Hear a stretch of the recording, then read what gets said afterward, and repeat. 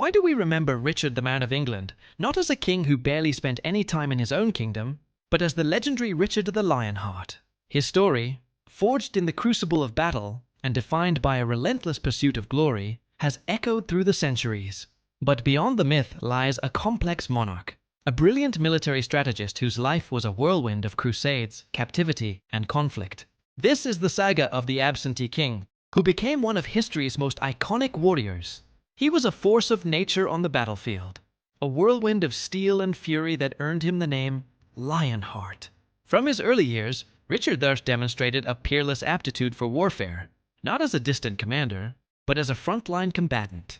During his rebellion against his own father, Henry II, Richard's ferocity and tactical genius were undeniable. He didn't just lead his men, he fought alongside them, his towering presence and thunderous war cries inspiring unwavering loyalty and striking terror into the hearts of his enemies.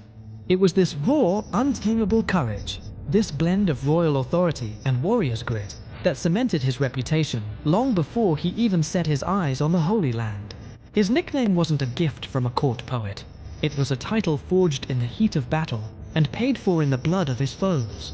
The defining chapter of Richard's life was the Third Crusade. Answering the call to reclaim Jerusalem, he led a vast Christian army to the Middle East, a collision of worlds that would pit him against an equally legendary figure, Saladin, the Sultan of Egypt and Syria. Their conflict was more than a mere clash of armies. It was a duel of giants. Richard's campaign was marked by stunning victories, such as the hard-won siege of Acre and the brilliant, disciplined march to the Battle of Ransom, where his tactical acumen shattered Saladin's forces. Yet, for all their bitter rivalry on the battlefield, a profound sense of mutual respect developed between the two leaders. Stories of their chivalrous exchanges, whether true or embellished, highlight a shared understanding of honor and martial prowess that transcended their religious and political divides. After securing a truce that allowed Christian pilgrims access to Jerusalem, Richard began the perilous journey home. But his odyssey was far from over.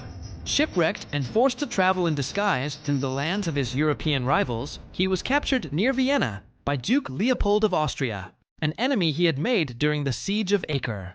Handed over to the Holy Roman Emperor, Henry VI, the Lionheart was held for a king's ransom, an astronomical sum of 150,000 marks, equivalent to several times England's annual crown revenue.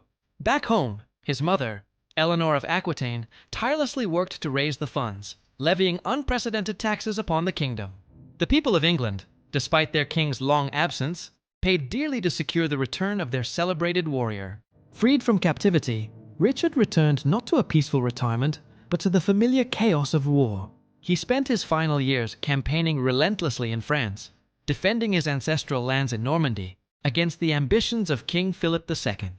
It was here, during the siege of a minor rebellious castle, that fate finally caught up with the Lionheart. Struck by a crossbow bolt from the castle walls, the wound turned septic, and the seemingly invincible king met his end not in a grand battle, but from a skirmisher's lucky shot. He died in the arms of his mother, far from the English soil he ruled. Rarely saw. In death, as in life, Richard was a warrior, not an administrator. His legacy was not one of governance, but of chivalry, courage, and an indomitable spirit that secured his place in legend as the ultimate warrior king. Richard the Lionheart's reign was a paradox, an English king who spoke little English and spent only a handful of months in his kingdom. Yet, his story captivates us because it represents something more than monarchy. It embodies the archetypal hero, the valiant champion defined by his deeds rather than his crown. His life poses a fascinating question about the nature of greatness and leadership. Is a king's legacy measured by the prosperity he cultivates at home, or by the immortal glory he wins on the battlefield? The answer, like the man himself, remains a subject of eternal debate.